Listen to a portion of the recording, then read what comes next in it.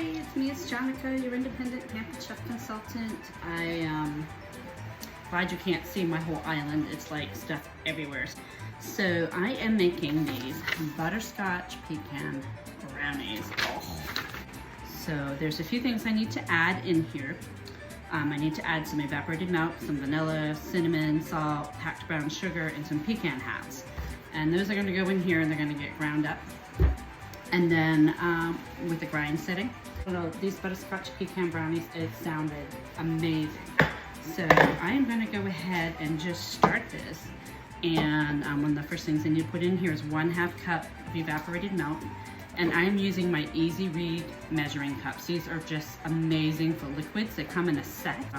You don't have to bend because of the shape, and the measurements are right on the inside. So you can literally just pour right from the can. So I'm doing that. And I'm gonna start putting the ingredients right in my, and what I like about this Deluxe Cooking Blender, it's glass, it's not plastic. I love that. Absolutely love that. So I'm gonna go ahead and add in some ingredients. Doing 1 teaspoon of vanilla. Now this is a very old measuring spoon. I have the newer one, but it's in my dishwasher right now. It needs to be cleaned. So, and I'm gonna do some cinnamon and some salt. Now I have heard that Pampered Chef cinnamon is amazing. Because I became a consultant in May, I have not worked through the holiday season yet, so I'm really looking forward to it coming out. But in the meantime, here's a really budget-saving tip for you. Anything that I can't get on Pampered Chef, I get at my local health food store. Get it in bulk, this, herbs and spices. They are fresher than what you find at the supermarket, and way, way cheaper. Way less expensive, so I really love that. That is my budget saving tip for the day. So I've put in 2 cups of pecans, even though they're not the halves. I know this can handle the whole pecans, because if it can do a nut butter with whole almonds, it can do whole pecans, no problem. So I'm going to go ahead and grind this down. This is going to go right on the grind setting. I'm going to select. Here we go. 2 minutes and 20 seconds. So let's do it.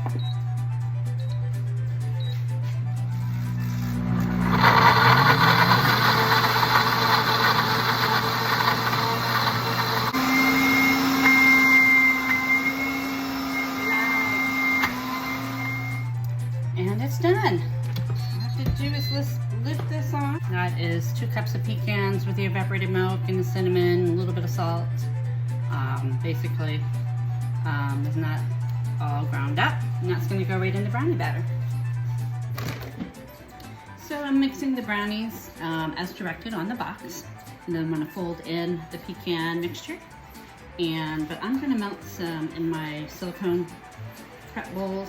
I am going to melt some coconut oil, because I don't like using canola oil or regular vegetable oils. They're supposed to be highly inflammatory for your body and just overall not really good for you. So whenever I can, although I do always keep it on hand though, but whenever I can, I try to use either avocado oil or coconut oil when I bake. Coconut oil is probably a little more budget friendly than avocado oil. And again, what I really love about Pampered Chef is, I mean, just about everything that you use for food prep, it has the measurements right on it on the side, so I don't have to guess. I can see where the line is, and that is my 1/2 cup. And what I love about these silicone prep bowls, of course this is pretty wide, but if you're pouring into something narrow, like the brownie pan, you can just squeeze this, and so I really like that. That's really awesome. Again, with the Easy Read measuring cup, I need 3 tablespoons of water. I did not have to use this tablespoon and do it 3 times, and always, you know how it goes, you use these and you spill it a little bit. You can't do it without spilling a little bit. So this measures from 1/2 tablespoon up to 4 tablespoons. So much easier. So now I'm going to use my mixing scraper and Mix all the ingredients for the brownies. I love the mixing scraper because it's a little thicker than a normal scraper. And just perfect for stir. I'm really excited about these brownies. Oh, this is gonna be so good. And the butterscotch, you know, when I was a kid, one of my favorite things as a kid was butterscotch sundaes. And I used to love those little brown butterscotch candies. So I'm really excited to do a butterscotch sauce. This may be the new thing. That's mixed in. So now I just need to fold in my ingredients, my skinny scraper, and use that. So I'm just folding this in gently. Now I'm going to fill my brownie pans.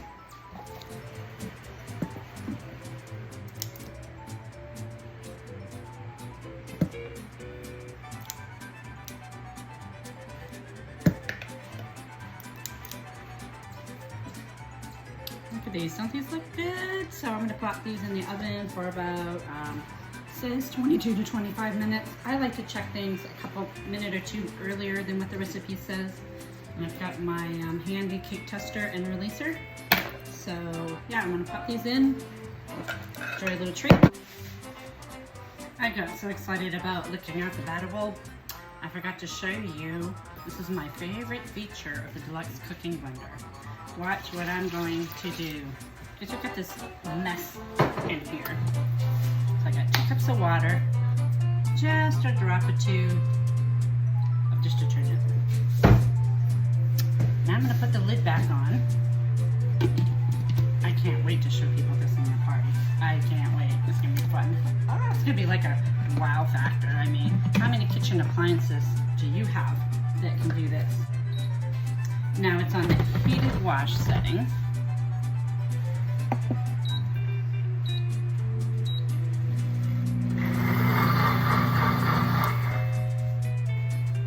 And now it's gonna heat up.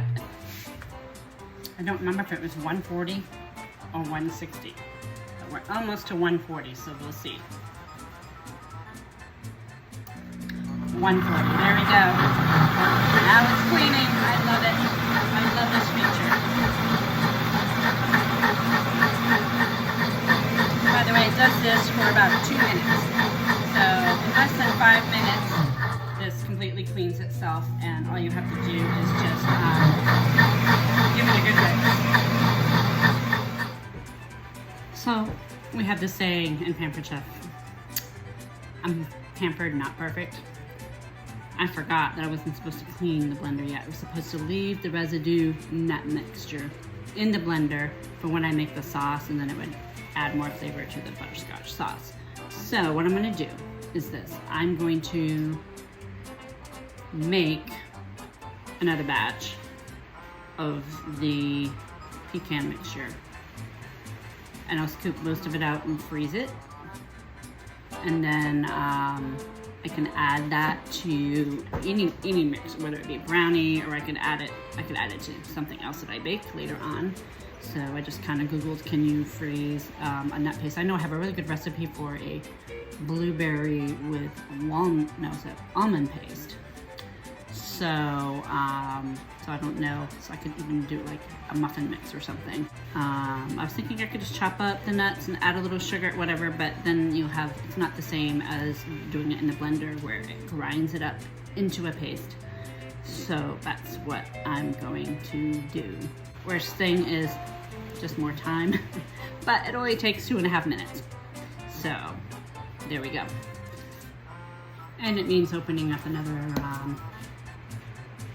can of evaporated milk, but that's okay because you know what? I can refrigerate what I don't use in one of the 1 cup prep bowls, and I can also, that's what I'll freeze the nut mixture in, and I can make more butterscotch sauce later because I bought a container of vanilla ice cream.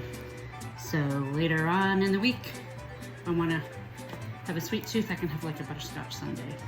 That would be good. So there we go, using my silicone prep bowls. I've got the evaporated milk in one to go in the fridge to make more butterscotch sauce, maybe later in the week. And I've got the pecan paste, the mixture, that is in my other silicone prep bowl, and that's going to go right in the freezer.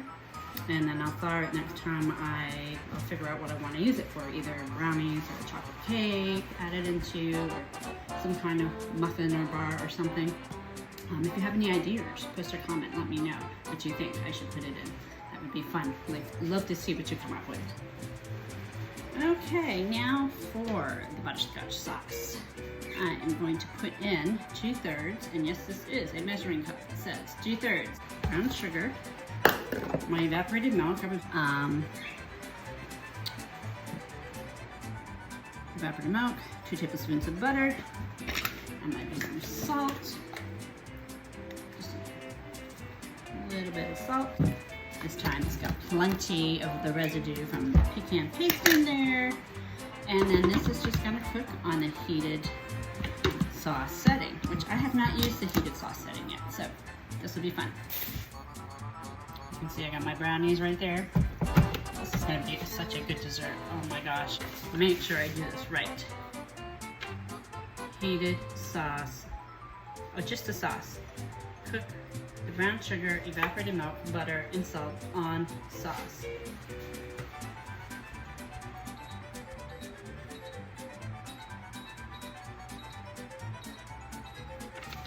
On the sauce. So it looks like it's probably going to heat up to 176. I'm going to store the sauce right in my larger silicone prep bowl. And then when I'm ready to use it, I could just heat up the sauce in the microwave just for a little bit right in here. And pour it. It's still intermittently blending as it's heating up.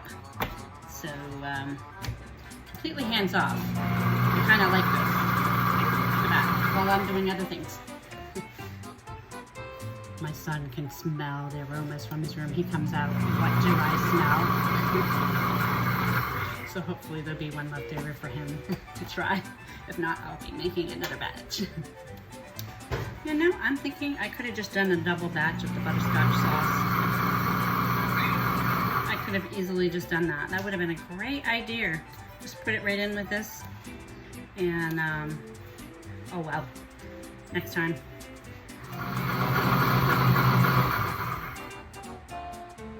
Oh, it smells amazing. No wonder my son came out of his room. Here we go. Steaming hot butterscotch sauce.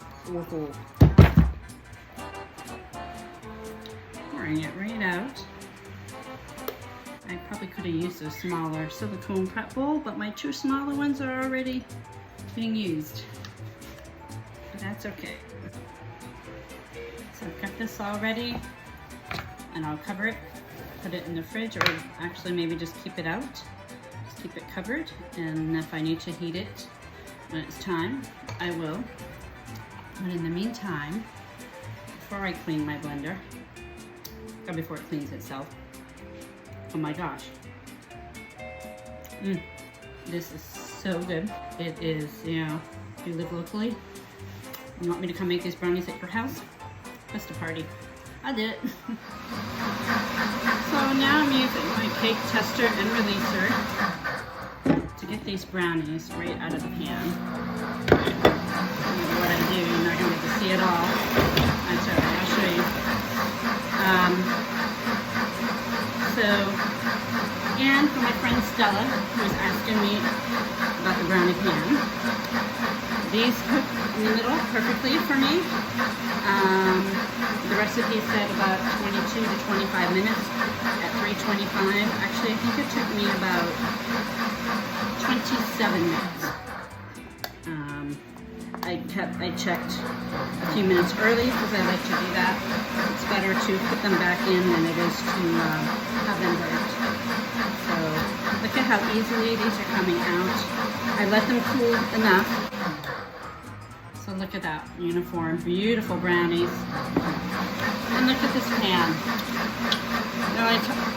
The only residue is where I've, that pops right off. Look at that, where I just dribbled a little bit of batter. So look at how easy to clean. It is not dishwasher safe, this brownie pan.